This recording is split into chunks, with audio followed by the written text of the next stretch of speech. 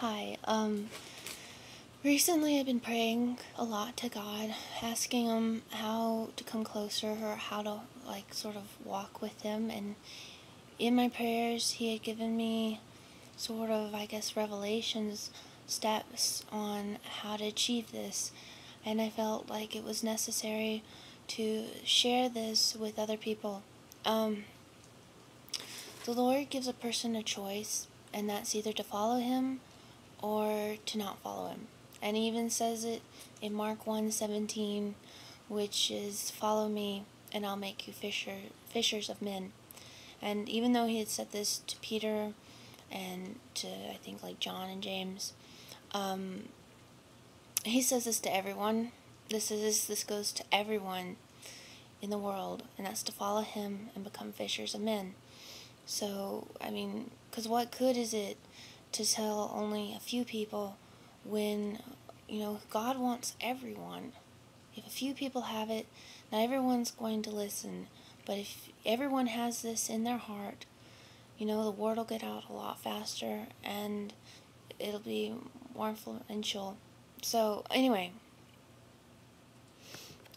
when we receive this call personally, when Jesus puts this call in our hearts and really makes it heavy, loud in our hearts, it's our choice to either be like His first followers or leave everything behind in our lives, like our sin habits, old beliefs in other religions, toxic relations, people who bring you down, who bring you far away from God.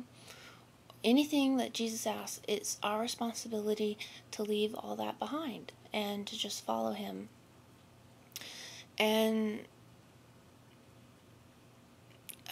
you either have the choice of doing this or remaining the same. Personally, I followed Jesus. I gave everything up because, and I'm sure there's more I could give up. But, the choice is better to follow Him.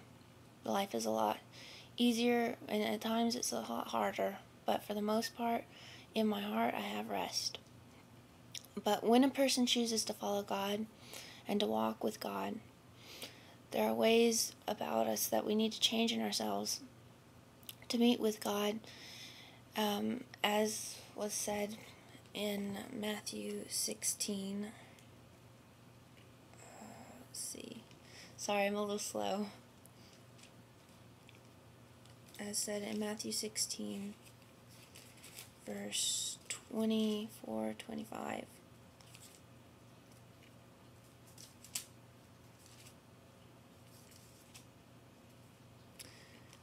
Let's see. "And if anyone would come after me, let him deny himself and take up his cross and follow me." Which really is, to deny yourself is like denying your ego. I really don't need to go ahead and explain it. Let the Lord speak to you on how you should deny yourself. Take up your cross, take up your burden, and follow Him. It's not always going to be easy. Following God isn't always going to be easy. Walking with Him isn't always going to be easy. But I'd rather have the best person who's looking out for my best intentions and have them right there by my side, holding my hand and walking me through everything, than to be alone. Okay? There's a lot of people in this world. There might be brothers, sisters, family, friends that really don't have your best intentions, but you can always trust in God that He's telling you the truth and that He loves you and wants you to be the best that you can be. So it's worth the sacrifice if you have to sacrifice. Then He says, "For whoever will save his life will lose it, but whoever loses his life for my sake will find it." And, this goes for a lot of things. Let the verse speak to you. When you walk with God, there's a lot of changes, and you might very well lose a lot of things. You might lose your job, you might lose your relationship with your spouse, your important significant other. You might lose relationships with your brothers and sisters, your mom, your dad, whatever it is that the Lord asks you to give up, you need to give up, because there's so much better out there for you, and you'll be able to help a lot more people because of it. Now, for me, I had to give up a lot. I had to give up a lot of people. I had to say goodbyes. And it was hard, but looking back, if I had them in my life now, they'd be holding me back from coming closer to God. It's not that bad. And, what will profit a man if he gains the whole world and then forfeits his life? There's more to life than this reality, this short, just almost cartoonish fake reality. There is more to life.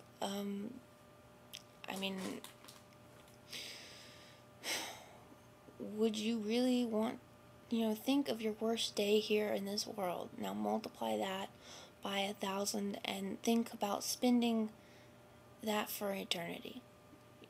Why would anyone want to give up a forever that's perfect, pure, and just wonderful? You're always praising God, always being with God in His presence, and He knows the secrets of your heart that He wants to help and give and make you pleased.